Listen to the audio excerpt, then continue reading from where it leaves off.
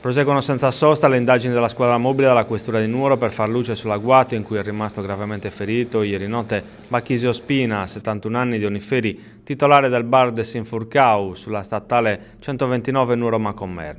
L'uomo è stato raggiunto da alcuni pallettoni a un fianco e ad una gamba ed è ricoverato nell'ospedale San Francesco di Nuoro, nel reparto di rianimazione.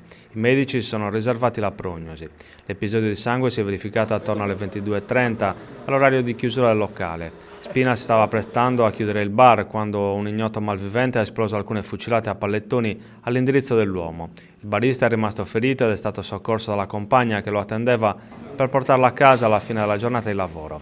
È salito in auto e da lì si è diretto a tutta velocità verso il nosocomio nuorese. Nel frattempo è stato allertato il 113 per segnalare quanto era accaduto. Una volante è andata incontro all'auto del ferito e l'ha scortata al pronto soccorso. I sanitari hanno subito prestato a Spina le cure del caso. Intanto a Sinfurcao sono giunti gli agenti della squadra volante e della squadra mobile della questura che subito sono messi alla ricerca dell'autore dell'agguato. Ma la battuta non ha dato esito. Sono stati fatti rilievi sulla scena del crimine alla ricerca di elementi utili che possano dare una svolta alle indagini. Non si esclude alcuna pista, neanche quella di un legame con la faida che ha insanguinato Oniferi negli anni 80 e 90.